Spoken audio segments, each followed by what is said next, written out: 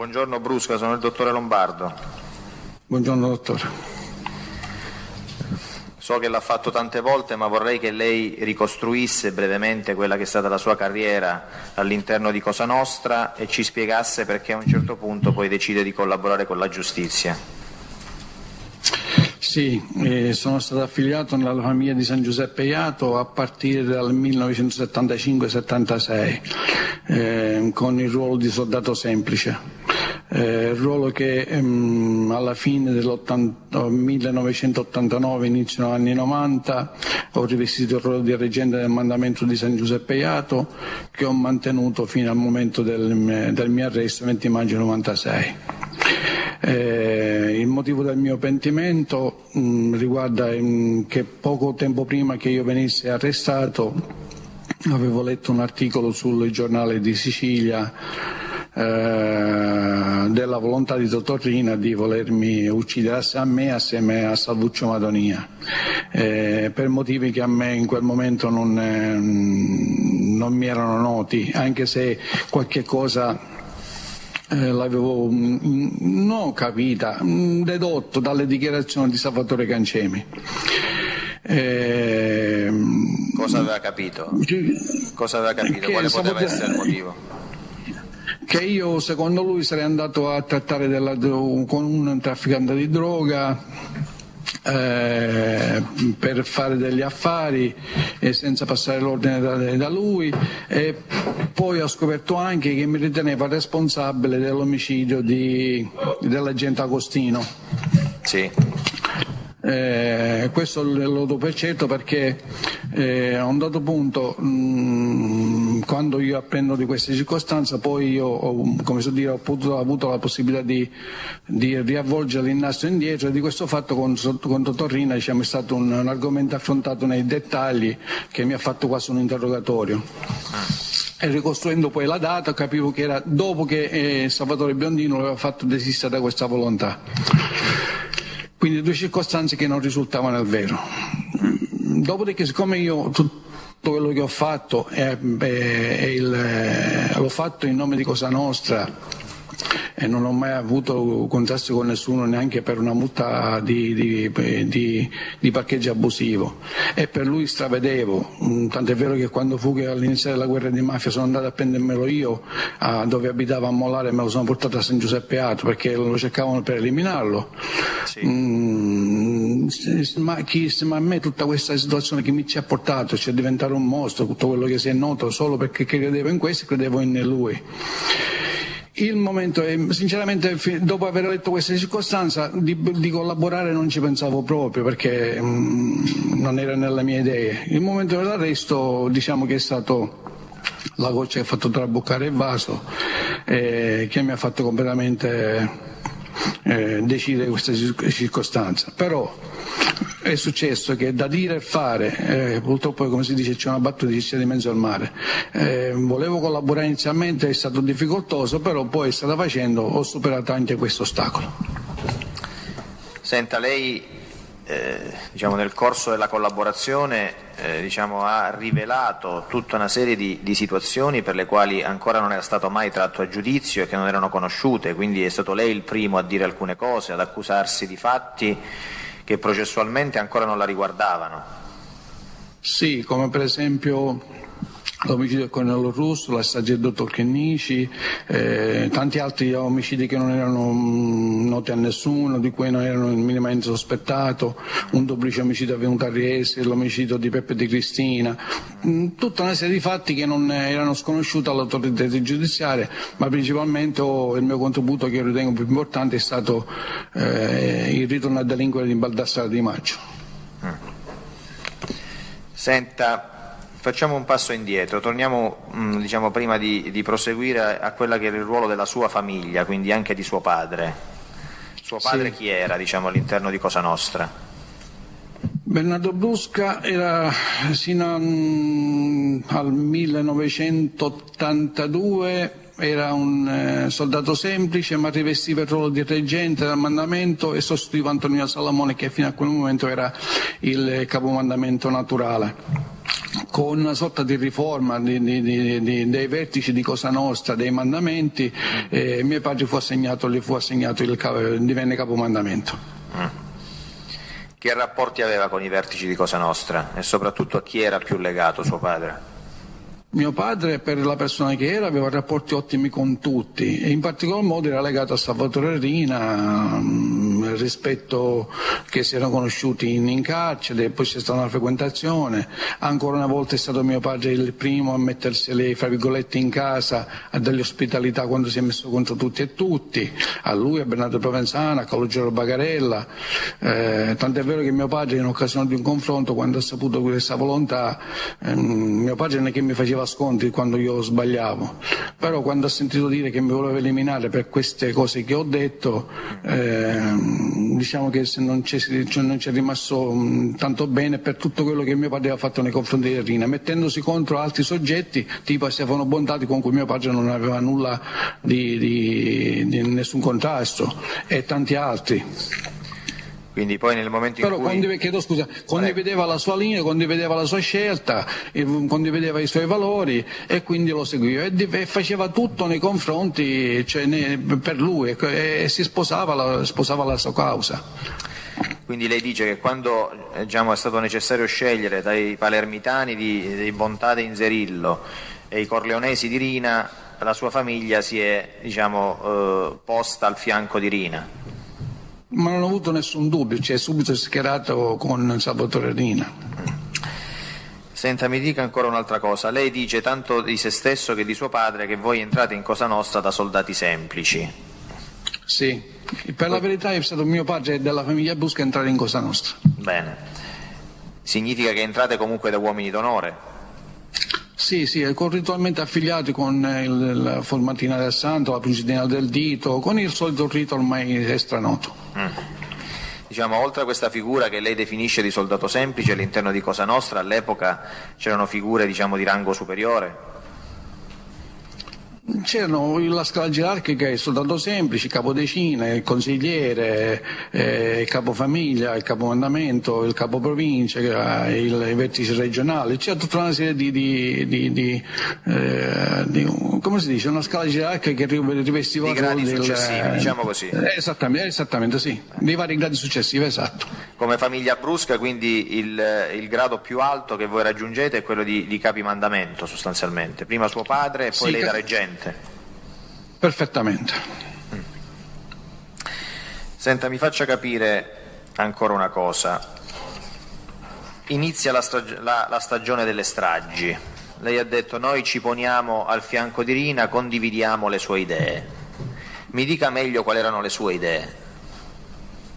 Quello dell'attacco frontale allo Stato è quello che quando c'era un magistrato, un poliziotto, forse c'è persone delle istituzioni che non si mettevano a disposizione o non si facevano corrompere o qualunque altra circostanza che non si riuscivano a ottenere gli obiettivi che si desideravano, si arrivava alle estreme conseguenze, all'eliminazione. Lei ha vissuto con Rina la fase preparatoria, quella che poi è stata la stagione stragista? Sì, io l'ho vissuta, diciamo che l'ho vissuta fin da quando, a partire dal 1980, da quel momento in poi, tutta una serie di fatti pensati, dati in quel momento e poi si sono poi portati a termine nel 92, 93, 91, 89. Quindi è una fase lunga, più lunga rispetto a quella che normalmente viene raccontata. Sì, per esempio l'omicidio del dottor Giovanni Falcone, per quello che a me è conoscenza, la volontà di uccidere il dottor Giovanni Falcone nasce subito dopo l'omicidio del dottor Chinnici, avvenuto, se non ricordo male, nell'83. luglio 83, non vorrei sbagliare. Siccome poi dopo l'omicidio del dottor Chinnici spunta la figura di Giovanni Falcone come suo erede, sì. Si pensa di eliminare lui e dopo circa 6 mesi si comincia a studiare gli obiettivi, cioè si comincia a studiare le abitudini del dottor Giovanni Falcone per poterlo colpire. Sì. Obiettivi che i tanti tentativi sono stati fatti, andati tutti a vuoto fino ad arrivare al 23 maggio 93, uno degli esempi, come il dottor Borsellino, come tanti altri. Quindi diciamo è un disegno che parte da lontano, non è un disegno che matura nei primi anni 90. Poi strada facendo ci sono cose che si vanno aggiungendo, ci sono delle altre valutazioni, ci sono delle altre esigenze, quindi però il progetto iniziale comincia da lontano. Senta, diciamo, in questo suo percorso al fianco di Rina, ovviamente lei ha sentito Rina, insomma, illustrare, no, quella che era la sua idea. Mi faccia capire una cosa: eliminare un magistrato risolveva il problema in che modo? Cioè la magistratura non era formata anche da altre persone? Intanto c'era un fatto come vorrei dire, in questo momento fra virgolette di morale, nel senso che quando non riesco ad ottenere un risultato, nel senso che non riesco a avvicinare un magistrato per ottenere un risultato, o tramite la politica, o tramite la corruzione, o tramite altri poteri tipo la massoneria, tipo altri soggetti, e questo inoltre, oltre a non farsi avvicinare, respinge le richieste, c'è un fatto quasi di sfida, tipo come era con Giovanni Falcone, prima con il dottor Chinnici, e quindi ci metteva in difficoltà. Inoltre quando si andava a chiedere si andava a chiedere la cortesia ad altri soggetti, tipo un esempio come i cugini Salvo, per andare a chiedere per aggiustare un processo, dice non lo possiamo fare perché c'è il tizio che ci ostacola, quindi quando non si poteva riuscire a ottenere un risultato per farlo mettere da parte o agganciarlo, le estreme conseguenze erano l'eliminazione, l'omicidio. Perfettamente. Quindi... E questo significava sino a un certo punto, che poi le cose si evolvono, sino a un certo punto significava anche un monitor per gli altri che prendevano il loro posto, e quindi diventava pure, era più l'omicidio aveva più funzione. Perfettamente, sì. Quindi mi faccia capire un po' meglio, penso di aver compreso. Quindi l'approccio che Cosa Nostra aveva in quegli anni nei confronti della magistratura non era un approccio immediatamente violento, quindi prima si cercava di arrivare al risultato attraverso altre strade.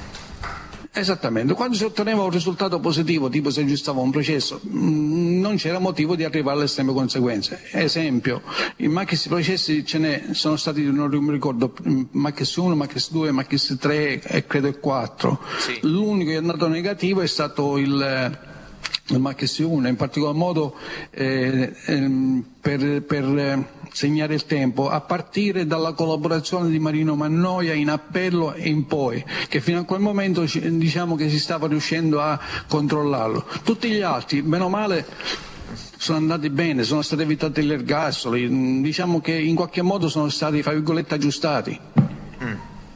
Quindi l'unico maxi processo che va davvero male per Cosa Nostra, le dice il Maxi 1. Precisamente. Quindi in particolar modo con l'inizio della collaborazione di Francesco Marino, che fino a quel momento la situazione era controllata. Ho capito. Quindi il giorno peggiore per Cosa Nostra, mi consenta, il 30 gennaio del 92, cioè quando passa in giudicato il Maxi 1. Sì, precisamente. Senta, mi dica ancora un'altra cosa.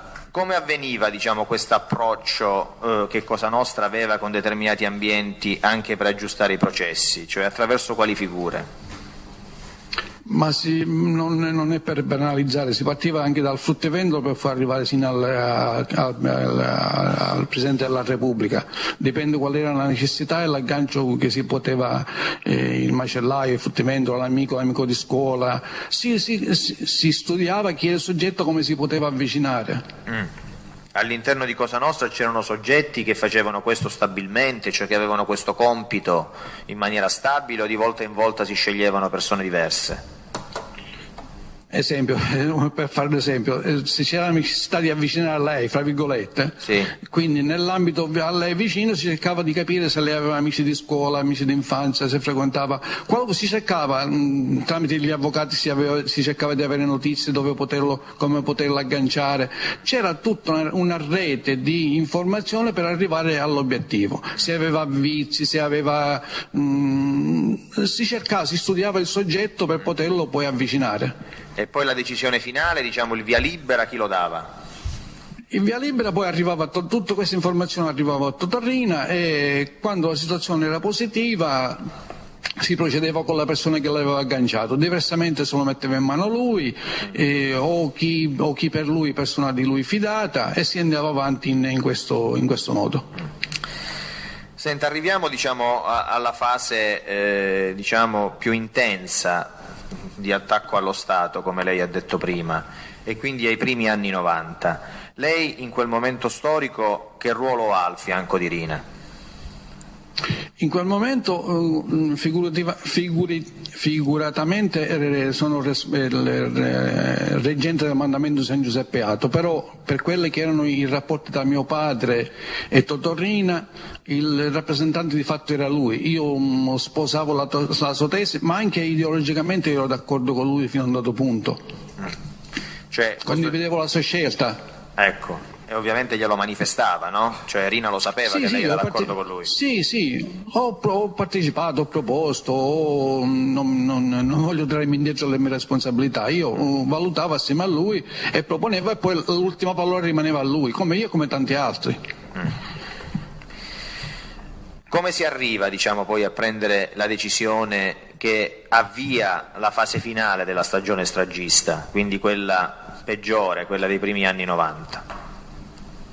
Che cos'è che lo spinge a prendere quella decisione, che ovviamente è una decisione anche piena di incognite, no? Sì, certamente. Si arriva perché, per quello che a me risulta, l'obiettivo principale era quella di eliminare il dottor Falcone, che era diventato un ostacolo in tutti i sensi, politico, mediatico, sotto il mio punto di vista. Il fatto che si era trasferito a Roma accettando l'invito dell'onorevole Martello per andare a coprire il ruolo degli affari penali, sì. Quello fu proprio la goccia che ha fatto traboccare il vaso, in quanto si capì subito che andava a fare quello che non gli riusciva da fare da magistrato.